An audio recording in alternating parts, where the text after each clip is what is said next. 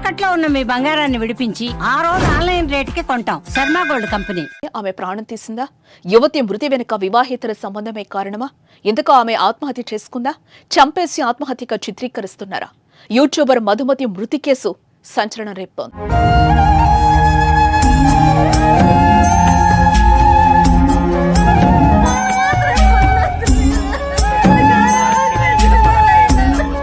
ఉమ్మడి కృష్ణా జిల్లా తిరువూరు నియోజకవర్గంలో కొండూరు గ్రామానికి చెందిన 22 ఏళ్ల మధుమతి నిత్యం సోషల్ మీడియాలో యాక్టివ్ గా ఉంటుంది.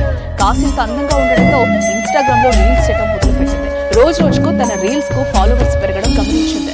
ఈలోగానే ఆమెకు సపరేట్ గా ఫ్యాన్ బేస్ క్రియేట్ అయిపోయింది. ఆ విధంగా లక్షల్లో సబ్స్క్రైబర్లను సొంతం చేసుకుంది.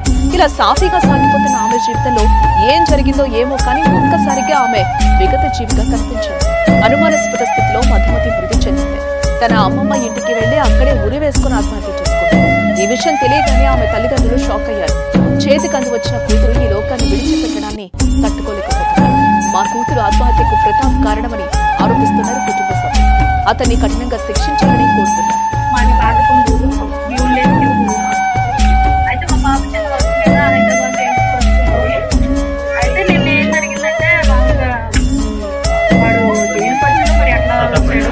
ప్రతాప్ అనే అతను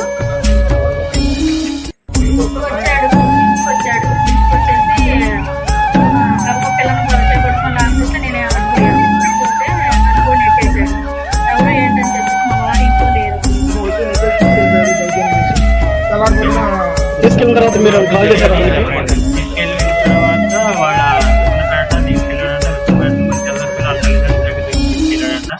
అక్కడ ఏ వాగ్వాదం దగ్గర తిరిగి తర్వాత మళ్ళీ మా అత్తగారి ఇంటికి తీసుకొచ్చారంట.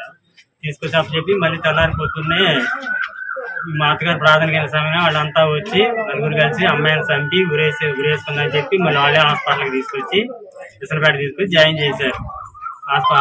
డాక్టర్ గారు చనిపోయినట్టు నిర్ధారించారు. తర్వాత మేము వేరే ఫ్రెండ్ బంధువుల ద్వారా తెలుసుకున్న విషయం. మాకైతే వాళ్ళు ఎటువంటి విషయం తెలియజేయలేదు. మాకు బంధువుల ద్వారాగా తెలిస్తేనే మేము వచ్చాము.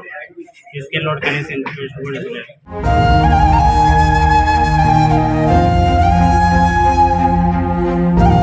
మధుమతి అనుమానాస్పద మృతి కేసులో తెరపైకొస్తున్న పేరు ప్రతాప్. ఇందుకు ప్రతాప్ ఎవరో తెలుసుకునే ప్రయత్నం చేద్దాం.